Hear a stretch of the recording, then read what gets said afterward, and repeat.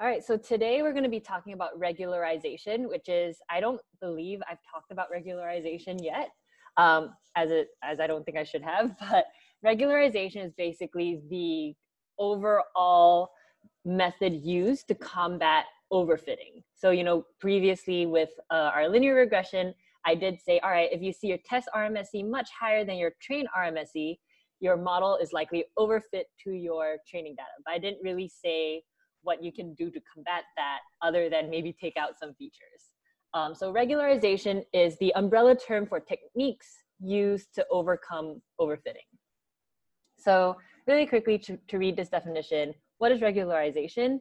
To fit a good model to data, we often tend to overfit because you're trying to learn as much as you can from your training data, but when you overlearn your training data, you maybe are recognizing patterns that perhaps occur from outliers or occur from perhaps there's like wrong or biased data.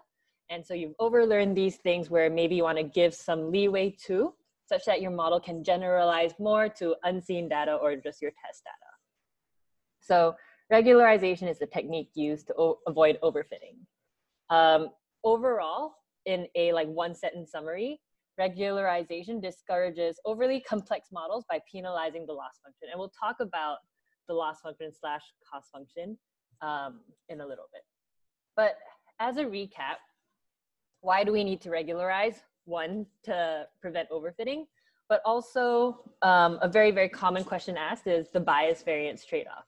So the bias variance trade-off talks about, in summary, the trade-off between over and underfitting. So, you usually want to sacrifice some of the trained accuracy of your model to account for, unseen data, just so you're not overfitting. So there's this diagram that is explained in one of the labs from last phase. But overall, this is the difference between bias and variance. You can sort of see that with bias, you have basically all your test data points systematically off center, and with variance is just sort of like the precision of your predictions. You can see in the cases with low variance, all the points are all clustered together, where in high variance they're kind of spread out. To put this diagram into words, high bias is usually signifying a systematic error in your predictions. Like in this case, all of your predictions are a little bit north of target. This case as well. So bias is, the underlying cause of bias is about the strength of the assumptions the model makes. Maybe it has overlearned a group of outliers and therefore is making this systematic error. And underfit models also tend to have high bias. In a high variance case, your model becomes highly sensitive to changes in data. So you can see here that in the high variance targets, your test results are kind of more spread out all over the place because it's very sensitive to the changes in data. Overfit models tend to have low bias and high variance. So low bias and high variance. So this is implying that your test data is off center. Your test results are off center based in comparison to what they should be. So many different ways to interpret overfitting, underfitting. This is a diagram which I think I showed you all last time. Overfitting versus underfitting. You want to sort of find an optimal balance in between that. Underfit models fail to capture information in the data, meaning it leaves a lot of information on the table. Overfit models fit to noise and therefore fail to generalize. And finally, how do we know if our model is over or underfit? We talked about this with our linear regression. We do our train test split and look at the difference between our training and testing error. And finally, as model complexity increases, so does the possibility for overfitting, just based on the fact that you're considering more and more things with each data point. You tend to sort of overlearn things that you might not want to overlearn. So this part was pretty much like a recap of bias variance trade-off and over and underfitting. Any questions before we move on to specific techniques? All right, sounds good. So before I get into our new algorithms, Ridge and Lasso, I'm going to start with like the hierarchy of definitions. So under regularization, there are two main types of regularization, L1 and L2 regularization. And the difference between L1 and L2 is that, and I'll point these out now but explain more in detail, L1 regularization has a penalty term that is an absolute value. So as you can see here, and I'll explain more what this does later on. In L1, this penalty term is an absolute value of something. And in L2, it is a squared term. So these are two of the main groups of kinds of regularization. And specific to linear regression, so ridge and lasso are extensions to linear regression. They are just regularized linear regressions in L1 or L2. So specifically, ridge is an L2 regularization method, because in the cost function of ridge, you have this squared term here. And then lasso is the same, but for L1. So lasso, which is the second one, has this absolute value term here. So these are the cost functions, which I will briefly break down in a little bit. Within the cost functions, you'll see these error terms for any regularization function. For different algorithms, and we will talk about different algorithms starting tomorrow, for different algorithms, these penalty terms appear, they all appear, but appear in slightly different forms. It might not look exactly like this, but you typically have, it's usually notated with a lambda, or sometimes a C, sometimes a letter C, which can be confusing because C is also sometimes intercept, but for the most part, it's usually lambda. And if you see a lambda in your cost function, it's usually something that is taken into account regularization. Questions on these definitions so far? So just to do it from bottom up, ridge is an L2 regularization method under all of regularization. Lasso is a type of L1. L1 is also a type of regularization. So that's kind of the hierarchy of terms. I get a lot of questions about people confused, like, is ridge and L2 the same thing? Ridge is a subset of L2. All right, so just to go through these definitions, ridge and lasso regression are two examples of penalized estimation. So penalized estimation makes coefficients smaller in magnitude or closer to 0 because of this penalty term. So, and I'll explain what this means later. Sum of penalties have the property of performing variable selection, which sets coefficients to 0, which is actually embedded feature selection. And I'll talk more about that in a little bit. And in some ways also shrinks some of your coefficients so that your model becomes not as sensitive to certain features. So that kind of accounts for, all right, maybe my model, maybe like square footage has a bunch of outliers, but I didn't really account for that in my data cleaning. Perhaps my model is starting to overfit because it's overlearned these patterns in square foot. And so if you use something like ridge or lasso, it will kind of take that into account, and maybe a change in square foot will not affect your price as much. So let's take a look at these cost functions. I will say it looks kind of intimidating because of all of the sigmas, but it's actually very, very similar to what we were doing with linear regression. And let me just annotate the two main parts here. So first of all, this first section of the cost function is exactly the same cost function we were looking at with regular linear regression, right? It is the square difference between your y values and your y hat values. So you're literally just taking the root mean squared error, or mean squared error, because it doesn't really matter, mean squared error between your predicted and actual values. This part of the formula should look kind of familiar, or the concept behind this math should be familiar to you. That's how you determine the best fit line. Whichever function, whichever set of parameters gives you the lowest root mean squared error here. So this is y minus predicted y. In a ridge regression, your predicted y is computed slightly differently. So if we take a look at this next part of the equation, and let me draw some boxes to make it a little bit clearer, we can sort of see here, we have our first part of, we have our actual y, But here we're going to minus not just the predicted y, but the predicted y with some penalty term here. So this first part is kind of the same thing because it's mx minus b, which is your intercept and the sum of your coefficients, plus this penalty term here. And so this penalty term here, these m's are your coefficients. So I know it says m squared, but you can sort of think of m as like a vector of all your coefficients. That may or may not help with understanding this for some of you, but you can just think of m is the coefficient for all of your variables that you're trying to figure out the coefficient for. And so imagine if, let's say, okay, we have our square foot, which was being overfit, and your model is your price is very, very sensitive to square footage. So maybe in your regular linear regression model, this is going to be an extreme example, but maybe an increase in 1 square foot increases your price by I don't know, $10,000. And that's like kind of, I feel like that's not realistic. So 1 square foot is equivalent to $10,000. That's obviously some sort of overfitting going on. With that coefficient of 10,000, it adds that squared to your cost function.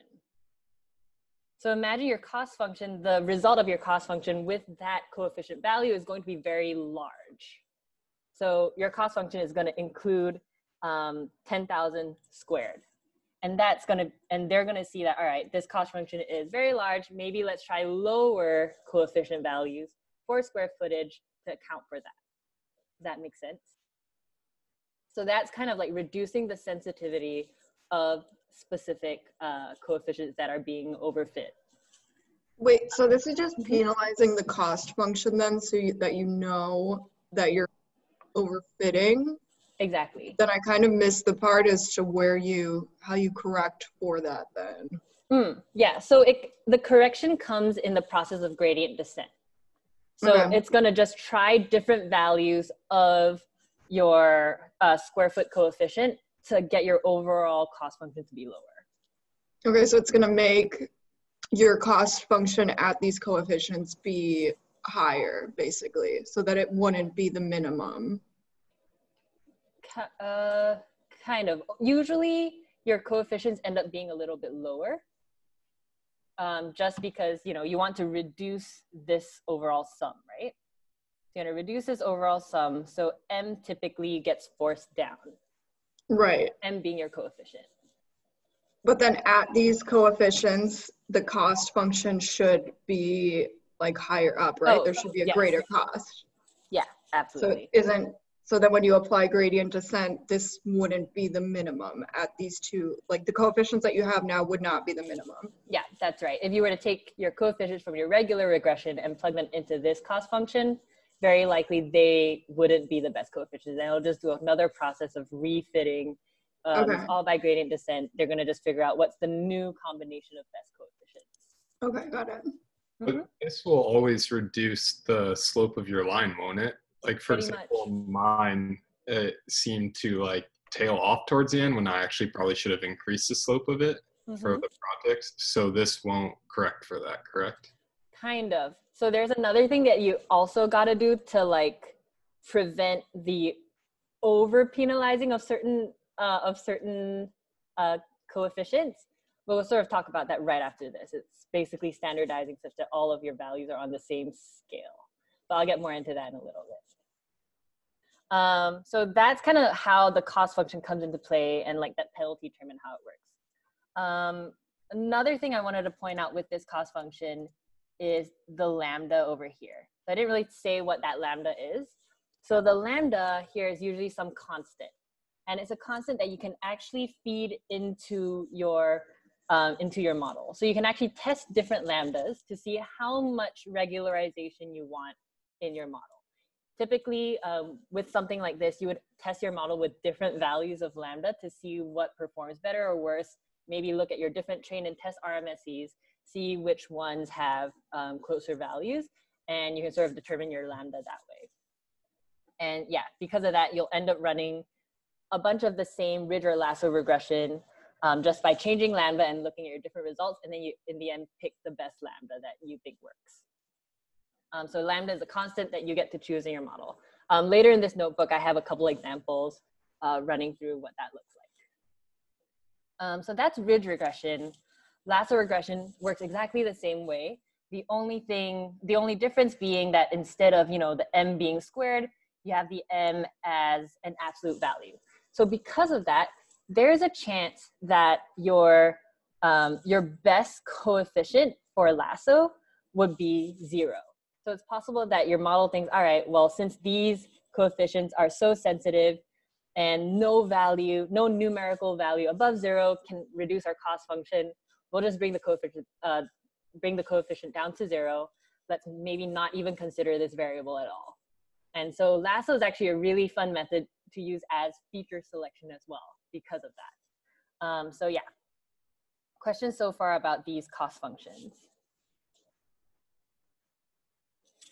All right, so as like a rhetorical question that leads into the next section, we're penalizing large coefficients. So what are the effects / implications of that, right? So I know when I was talking about linear regression, I kind of cautioned against scaling just because I feel like it does reduce the interpretability of your coefficients. You would have to unscale and then like unlog if you did that as well to find out, the actual effect of the change in like 1 square foot to your price. With regularization, you actually should standardize, right? So imagine you have something like square footage and something like bedroom. Adding 1 square foot usually maybe adds like $1,000 to your price. Adding 1 bedroom perhaps adds like 100,000 to your price. And so because of that, naturally, something like bedroom, if you don't scale it first, will be penalized more. So here you can see if you have features that are on different scales, some will get unfairly penalized. So a downside of standardization, I said this before, the value of coefficients becomes less interpretable and must be transformed back to the original scale if you want to interpret how one unit change in feature impacts the target variable. So yeah, pros and cons, but if you want to regularize, you usually should scale just so that each variable is looked at sort of at the same level. So before you do either ridge or lasso regression, you have to standardize or min-max scale all of your variables so that they're on the same scale. Questions about that? Cool. I have linked the documentation for actually pre-built scalars. I saw that a lot of you in your projects tried out some scaling, which was awesome. A lot of you actually wrote out functions to scale your variables. I didn't introduce this kind of on purpose because I felt like scaling is not super necessary for the project, but some of you wrote your own functions to do that. And I also mentioned that when you scale, you have to scale to your train set and you have to scale your test set with the parameters of the train set. These built-in functions are actually really awesome because one, they scale it for you automatically. You can do like multiple columns at once, but also they remember the parameters of which you're scaling. And I believe I do have examples later on to show you how they work, but I have also linked the documentation here.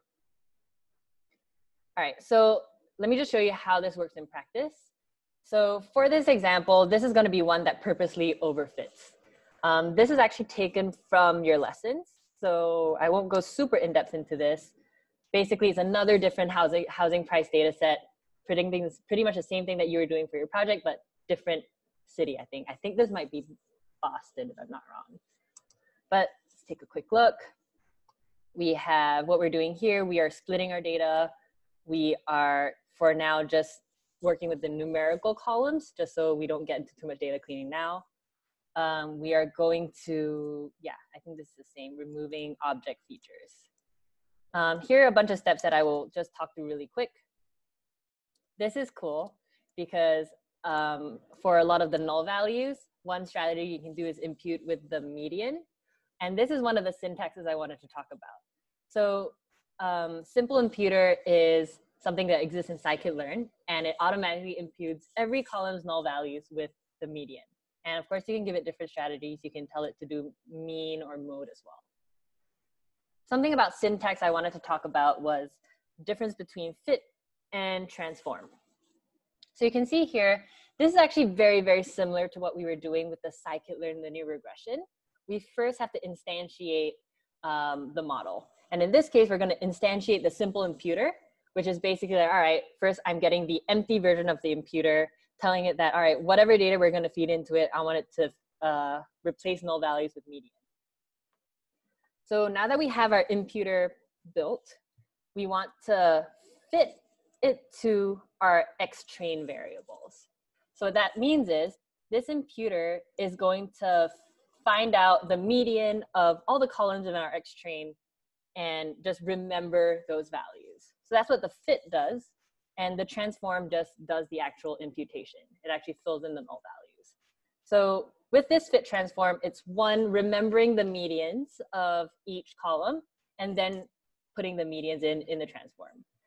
If you look at the documentation of this, usually if you have a fit transform function, you also have a separate fit and separate transform function, just in case you want to do these separately.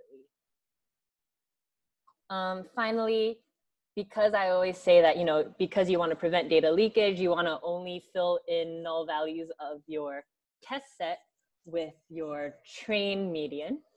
This is what that does. Because impute remembers your X-train medians, it is able to fill in those values into the null values of your test set.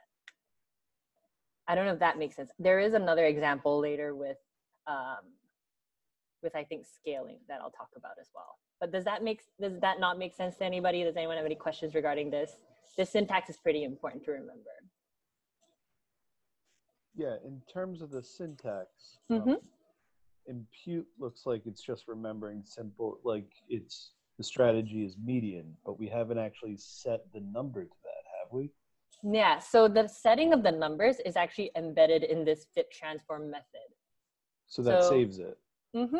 So the fit transform, if actually, let's look up the specific documentation for this. So simple imputer works like this. They have some examples. I guess this one doesn't have an example, but you can see here that you can give it a bunch of things. You can, what's pretty cool is that for the strategy, you can give it mean, median, this is the mode, or you can fill it in with like a specific value if you want that as well. So in terms of the methods here, so there are 5 main methods. Let me make this a little bigger. 5 methods that come out of this simple imputer. So the one that we're using here is fit transform. So what it does is it fits the data, then transforms it. So what I mentioned very briefly earlier is instead of fit transform, you can actually do dot fit and then do that, and then do dot transform, and it actually gives you the exact same result, if that makes sense. So you can do the fit transform either all in one step or as 2 separate methods. So what is cool is when at either fit or in fit transform, it learns those median values. And then if you were to just call transform, and perhaps here you give it like your X test, it will automatically remember the order of your columns and then fill in those columns with the medians from the train set. Yeah, please like feel free to clarify if this doesn't make sense. Cool. So again, there's another example later on. So I'll talk about that later. Basically here what we're doing, there's also, I guess they're also filling in an A. I don't know what else they're doing here, but the more important part to talk about is this is the regular, this is regular linear regression for now. So here you can see we're fitting a linear regression to our train set, and we're gonna just take a look at how this linear regression performed. With this linear regression, you can see our training R-squared was really, really good, 0.936. So that means it fit our data really, really well. However, our test R-squared is actually negative. And what a negative R-squared means is it's actually fitting worse than if you were to fit like just the average. If you were just to predict the average house price for every single house, this prediction is worse than doing that. So that is not good. You can start to see the same result with your RMSE. The training RMSE is only 20,000 off for every house. but your test RMSE was, I don't even know how many digits this is, but your test RMSE is very, very off. So basically what we have here, very, very clear-cut case of overfitting where all of your training metrics are really good, but your testing metrics are not. Questions about like interpreting this stuff? This other, all of this other stuff is just stuff that you've all done in your linear regression as well. But it's a little bit different with these transforms and fit transforms. All right, so let's move on to actually using our Ridge and Lasso. So Ridge and Lasso, a pro/con is Ridge and Lasso exists only in scikit-learn. So we don't have that stats models thing that pulls up with all your p-values and like you check for multicollinearity, that kind of thing. But I'll talk about why that doesn't matter as well. So with this, it's just the same syntax as fitting your regular linear regression when you were using scikit-learn. So syntax, very, very simple. You're instantiating your Lasso regression and then fitting it to your train set, and then you'll just see your test metrics. So here you can see with this vanilla Lasso, I didn't feed it in any specific lambda. And if you don't feed it a specific lambda, you can actually see here, lambda, which is kind of annoying. You will see that this is kind of inconsistent across different models. The regularizer here, the constant is actually alpha instead of lambda. So it's kind of funny, but in different models, you'll sometimes see alpha, you'll sometimes see C, and you'll sometimes see lambda.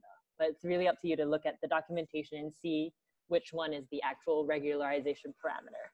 So here you can see that this is the constant that multiplies the L1 penalty term and defaults to 1, sure. And then also alpha equals to 0 is equivalent to an OLS. So that's just something that's also good to know. If your alpha is 0, the penalty term doesn't matter at all. You're just doing a regular regression. So this first Lasso that we're running, we're going to run it with basically a alpha equals to 1, the lambda equals to 1. And so with that first, like we usually call this the vanilla Lasso model, where you're not like, where you're only using the default parameters. We instantiate this, fit it to our train set, and let's take a look at our metrics. With our training R-squared, we have the same about 0.936. Our test R-squared is now normal. It's back to 0.88, 0.89.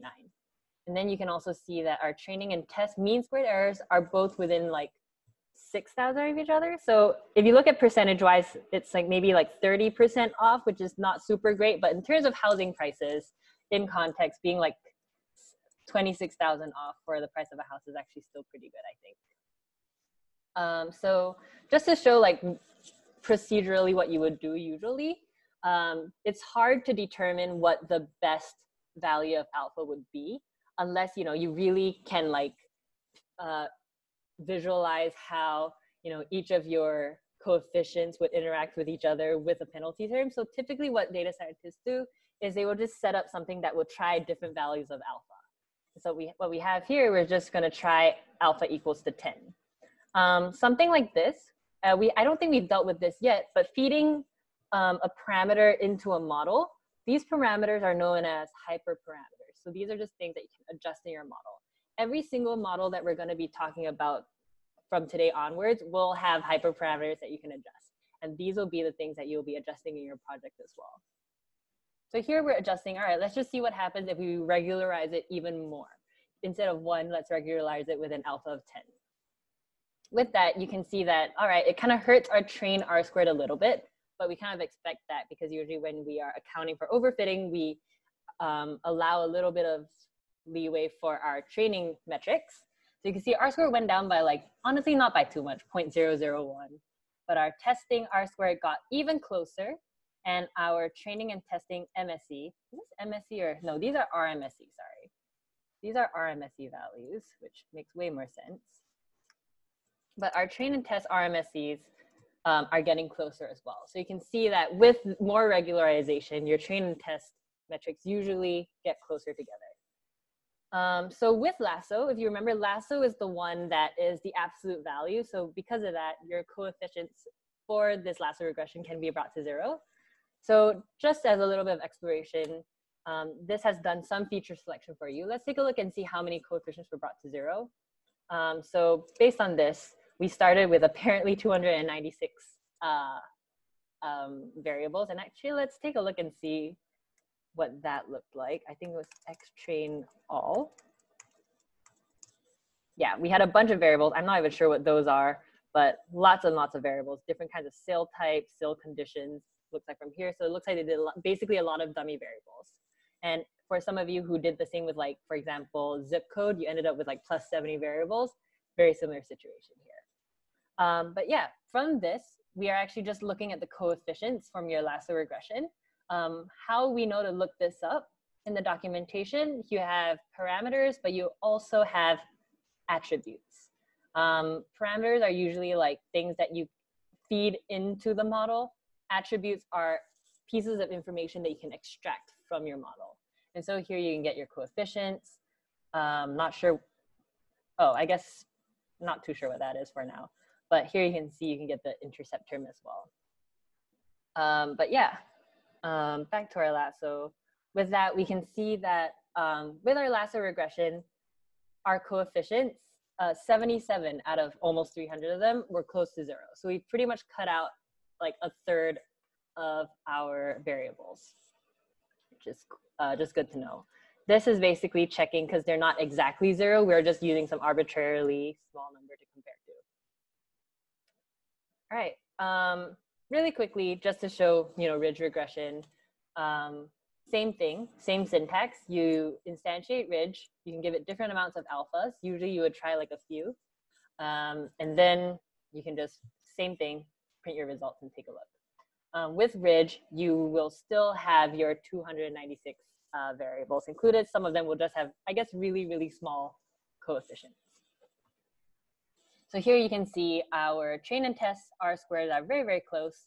And so are our train and test root mean squared error. They're only 2,000 off, which is, I think, pretty good as well. Any questions about the implementation of ridge and Lasso? Just a quick question. Does scikit-learn have an elastic net? Elastic net, I think so. Let's see. I believe some of them do. Oh, here we go. They're optimizing with the same objective function as elastic net. Okay. Nice. So yeah, any other questions about like implementation? Cool. The scikit-learn version of implementing models is going to be something that's we're gonna see throughout this entire phase. So something that's good to get used to. There's something I wanted to talk about, but I guess I didn't see it here. I wanted to look and see whether there was scaling done. So, yeah. Just to clarify then, so ridge and Lasso basically are cost functions that are going to help take into account like overfitting. Absolutely. Yep. Okay. Pretty much the same method as linear regression, but yeah, just slightly different cost functions to take overfitting into account. Gotcha. Yeah. The one thing I wanted to show you all that I guess I skipped over earlier was with the scalar. Earlier I talked about fit, transform, and transform. This is an example of doing just that with a scalar. With standard scalar basically will standardize each of your variables. You can fit transform your X train. And what this will do is, one, it will remember your mean and standard deviations for each column, and also do the transformation at the same time. And then you can do this dot transform on just your test set. So a much easier approach than like remembering the mean and standard deviation from your train set, doing the equation manually. So this is something that I'm pretty sure a lot of you will end up using for this upcoming project. But cool, now just some overall like closing remarks about ridge and Lasso. Something we didn't talk about were all of the linear assumptions. Like, because we don't have, all those p-values laid out for us, how do we like, know what features are significant and what aren't? So let's just talk about like the pros and cons, and that is embedded into these pros and cons. So first with ridge, we can shrink down prediction variables effects instead of deleting them. So a benefit of ridge over Lasso is instead of getting rid of features, maybe you still want to consider everything. You don't lose your variables. You're just sort of like evening out how much you consider each variable. Next, when you have features with high multicollinearity, and remember that was something that we had to take into account with linear regression, what's really, really cool about Ridge is coefficients are automatically spread across them. So rather than having coefficients that, you know, like I remember one that was highly correlated was like square foot living and square foot above. If you included both of them in your model, you would have, I think, either one coefficients that don't make sense or a high p-value for one, or you'll sort of see that, like, you know, if you took one out, it wouldn't change your model that much. For a ridge regression, because of the way it's actually considering the magnitude of each feature, your coefficients are actually going to be spread across them. So if you kept both square foot above and square foot living and you use a ridge regression, the coefficient of maybe what would be like 4,000 for square foot above in your regular linear regression model would maybe be split as like 2,000, 2,000 each. So, you know, if you increase your square foot of your home, which would increase both your square foot living and square foot above, the coefficient would be split up, which is pretty neat. So you actually don't have to deal with the multicollinearity issue here. One con is because it includes all your features and you're doing gradient descent and you're having this penalty term that can actually cause a little bit of a different kind of fluctuation in your cost function. Because of that, it can be very computationally expensive. Because this data set is not that big, we didn't see a big difference in like the amount of time it takes to fit your model and test your model. If you had like millions and millions of rows and like thousands of columns, for example, this will take considerably longer than your regular linear regression. Finally, with Lasso, when you have a lot of variables, it performs feature selection for you. So for example, like if you did like a get dummies for everything and you did like let's say you did like a bunch of polynomial features or a bunch of interaction features, you end up with maybe like hundreds and hundreds of features. Like, okay, I don't even know where to begin with this. Doing something like Lasso will help you feature select and will also make sure nothing is overfit. So at the same time, kill multiple birds with one stone. And at the same time, because of the similar way the cost function works as the ridge regression, multicollinearity is also dealt with. So it's just something that makes your life a little bit easier when you're trying to train regression models. Only downside with these is you would have to unscale your variables when you want to, unscale your coefficients when you want to interpret the exact effect each feature has on your target. But cool, that is all I had to share for this study group. I did want to talk a little bit about what's going to come tomorrow and the rest of the phase. So any questions before I get into that? Cool, sounds good. Something I want you all to like just keep in mind and prepare. The phase 3 project is my favorite project, but also very exciting because phase 3 project is the one project before your capstone that I highly recommend, or I guess not really recommend, but you do have the opportunity to choose the data set that you want to do your project on. So if you were to take a look at your phase 3 project prompt, which is already there, I'm pretty sure, there are actually 4 data sets that are provided to you. Since we haven't really gotten into classifications algorithms yet, and we will tomorrow, let's take a look at this. In your phase 3 project, you can see that there are a couple, there are 4 data sets that you can choose from. Aside from this, you can choose your own data set.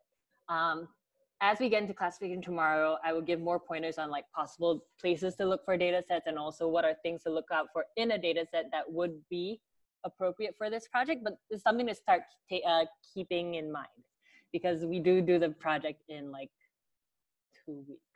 2 weeks? I'll introduce the project in 2 weeks and you have 2 weeks to do it. So you will need to get your data set approved by me first before you can work on the project. So the earlier you find it, the earlier you can start working. This phase 3 project will also be individual. So that's also something to consider because, you know, if you're working on it yourself, maybe it will be better if it's something that you're really interested in. If you're not interested in any of these things, definitely consider maybe looking up your own data. If you already have an idea of like an industry that you want to get into, or if you have industries that you just are more interested in, definitely look at data sets that are more related to that. Kaggle is a great resource, but I'll go through more like in more detail what to look out for tomorrow. The other thing I want to talk about, hopefully you all have set up your working groups for this phase. What we will do with this phase's working groups and the mini project I have for you all is something that will be ongoing for about 2 weeks. So tomorrow we will start our first classification algorithm. And the idea is I will be sending you all a data set. And in your working groups, you will just be practicing implementing your model on the same data set and implementing all the different models we will be learning. And the structure of this phase is set up such that as we learn new models, all you have to do is just practice coding it out with the same data set, and that should work fine. And the idea is just to see if, one, you know how to implement your model in scikit-learn, and also how do different models just work on the same data set. So that'll be a cool thing, and I'll talk more in detail about that tomorrow, but just things to look out for. One, just keep in mind that phase 3 project, you can consider your own data set, and also we will sort of be doing like a mini version of the phase 3 project throughout the next 2 weeks. And with all of that information that I've just thrown at you, any questions?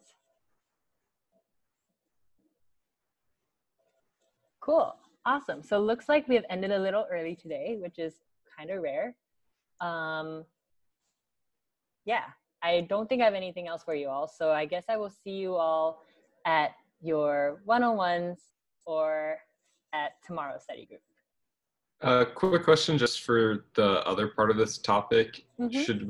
Is there anything we should focus on for like the AIC, BIC? Oh, that's something that I should have talked about. Yeah, that's a good point. So for topic 24, the main thing is just talking about regularization. AIC and BIC are just other methods of selecting your model. So it's basically like AIC and BIC were actually present in your stats models output. If you remember, it's on like the top right table. They actually give you AIC and BIC, and it's just like a probability of, it kind of uses like MLE concepts to see like how well fit is your model. These are just like other things you can use to evaluate a model. I didn't talk about it because we don't really go into this after this at all. This is kind of like one of those random topics. With these are good feature selection methods. It's just a good one to read through.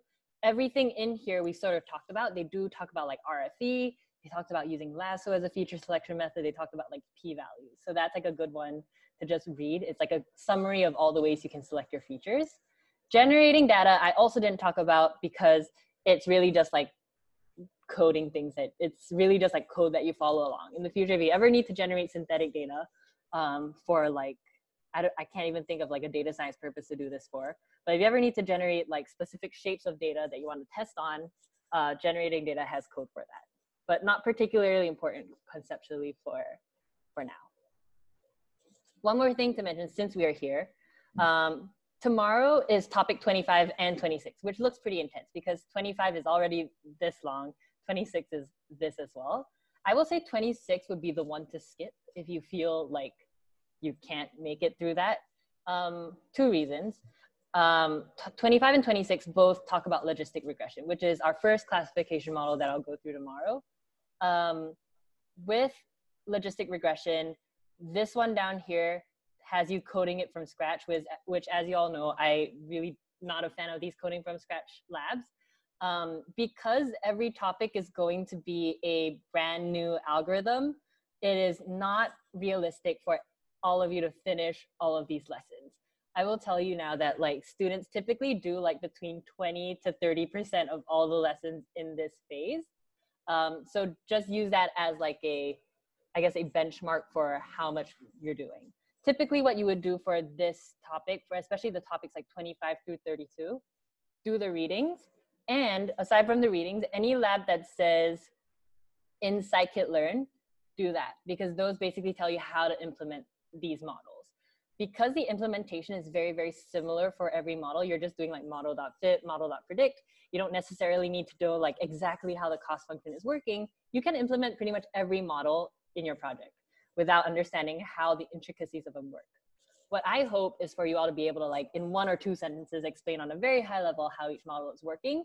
But at the end of this phase, realistically, students only learn 1, maybe 2 of the models, like, fully in depth. So because of that, a lot of these labs are not as, it's gonna be very overwhelming if you do all of them right now. Specifically with 26, this is MLE review, which we already talked about last phase, and this has this like coding from scratch. If you want to prioritize, I will say 25, which is what we're doing tomorrow, has all of these logistic regression lessons at the start. These are good to go through, good for like reading and just understanding on a high level how it works.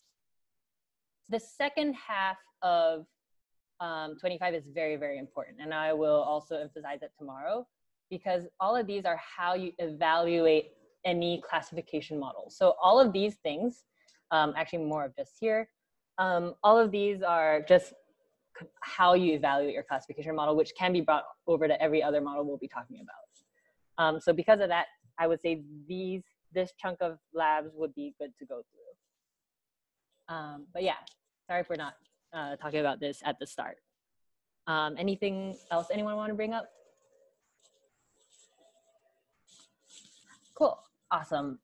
Well, if there's nothing else, going once, going twice, I will talk to you all tomorrow or at your one-on-ones. All right, have a good rest of your day, everyone. Bye, thank you. Bye. Thank you. Thank you, bye.